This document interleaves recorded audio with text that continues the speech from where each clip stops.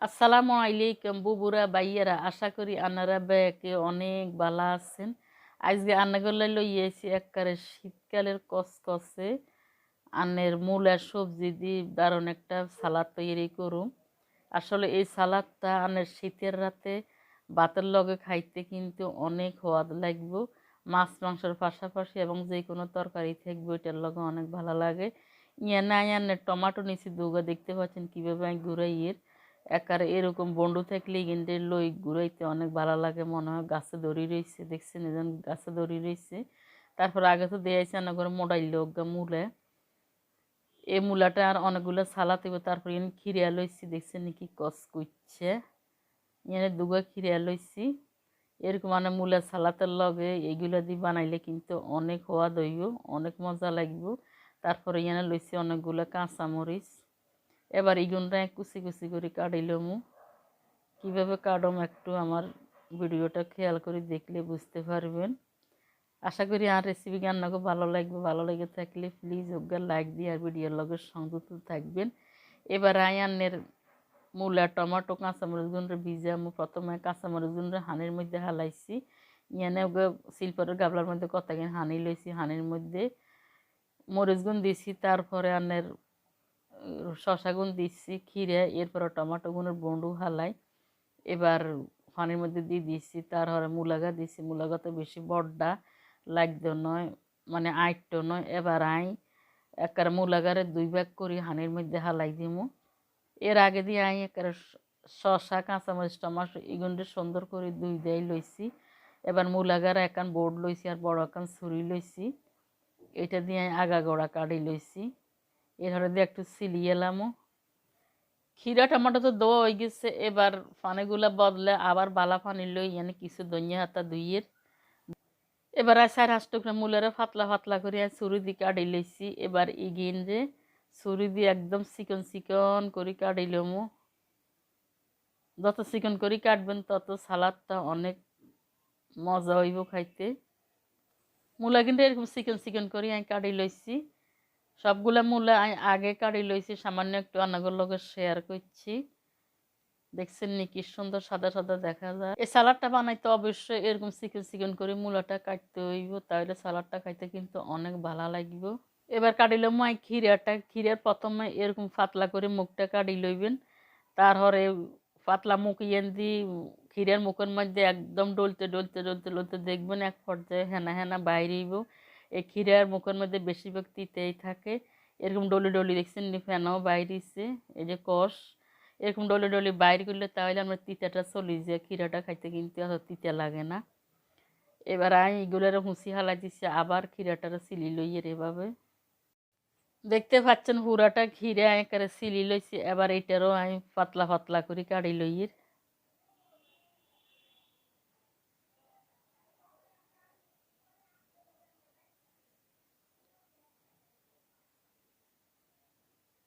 এভাবে চিকন চিকন করে কাটি লমু।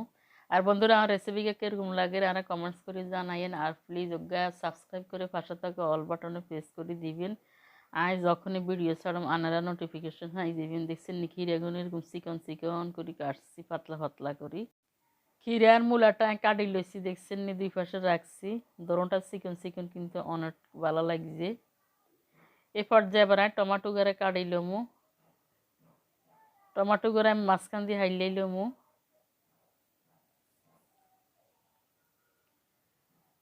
হাইলিবের হরে দিয়ে আবার মাঝখান দিয়ে আরো খাইলে নি দিমু। দিয়ে আবার মুখটা হালাই দিমু। এই যে সামনের যে মুখটা আছে এটা অবশ্যই হালাই দিবেন। এটা থাকলে কিন্তু আনের টমাটোর টুকরাগুলো খাইতে এত একটা ভালো লাগে না। আমরা রান্না করবার সময় কিন্তু এই মুখটা ফালাই দিবেন। এটা কিন্তু শক্ত শক্ত থাকি যে এটা রান্না করলেও কিন্তু সিদ্ধ হয় না। আমি সবগুলো এভাবে ফালাই দিচ্ছি। এবার অজ্ঞা টুকরাটা চিকন চিকন করে কাটি লইয়ের। একটু খেয়াল করেন আমি কিভাবে কাটতেছি। যারা এখনও নতুন এরকম সালাদ তৈরি করেন নাই আর রেসিপিকে দেখে স্টেপ বাই স্টেপ সালাদটা করে নেবেন, আসলে অনেক মজা। শীতের রাইতে আপনার মাছ মাংসর পাশাপাশি এরকম একটা সালাদ থাকলে ভাতের লগে খাইতে কিন্তু অনেক ভালো লাগে। আগের দিনে দেখতাম আমার মা শীতকালে আসলে একদম প্রতিদিন আমার মার তরকারি 4-5টা থাকতো, এরপরও এরকম একটা সালাদ তৈরি করতো। দেখতে পাচ্ছেন একদম কি চিকেন চিকেন করে লইছি। এরকম সালাদ করি আমাদের সবাইকে খাওয়াইতো ভাতের সাথে, কিন্তু অনেক মজা পাইতাম। কিন্তু সেই স্বাদটা এখন আমার মুখে লাগিয়ে দিয়েছে। আমি আমার মার সেই সালাদকে অনুসরণ করি, আজকে সালাদটা তৈরি করে রান্নাঘর লগে শেয়ার করছি। আশা করি রান্নাঘর ভালো লাগবে। ভালো লাগলে আর রেসিপিটা দেখি এভাবে সালাদ বানাই লইবেন। আর কেমন হয়েছে আর কমেন্টস করে জানাইয়েন। এবার ইয়ানাই দুটো কাঁচামরিচ দেখছেন নাকি এভাবে কুচি কুচি করে ছোট ছোট মিনি মিনি করে কাটিয়ে, কত সুন্দর লাগে দেখতে, তাই না? এভাবে করে বড় বড় সাইডটা মরিচ কাটি লইছি, জালটা আপনাকে পছন্দ অনুযায়ী কম বেশি দিতেন হারেন। লাস্টে আই দইয়া গেন্ডে কাটি লমু, দেখছি নি দইয়া গেন্ডে লইছি বেগেন একসাথ করি। এবার মাঝখান দিয়ে অজ্ঞা কাটা দিয়েছি দিবার হরে এভাবে বন্ডি লইছি, মানে দোনোটা সমান করে লইছি, লইবার হরে দিয়ে আবার আরেকটা কাটা দিমু। এভাবে এভাবে করি সবগুলোর কুচি কুচি করে লইছি। ধনিয়াগুলো কাটা হয়ে গেছে। এবার ইয়ানে টমাটো শসার মূলে লইছি। তারপরে সালাডটা বানাই ফেললাম, ইয়ানো বাড়ি লইছি। বাড়ির মধ্যে আমি 3 রকম সালাদে ফালাই দিয়ে, মানে মূলা, টমাটো, শসা, খিরা এগুলো ফালাই দিবার পরে দিই। এবার দিমু ইয়ানে কাঁচা মরিচ, তার হরে দিমু ইয়ানে ধনিয়া পাতা,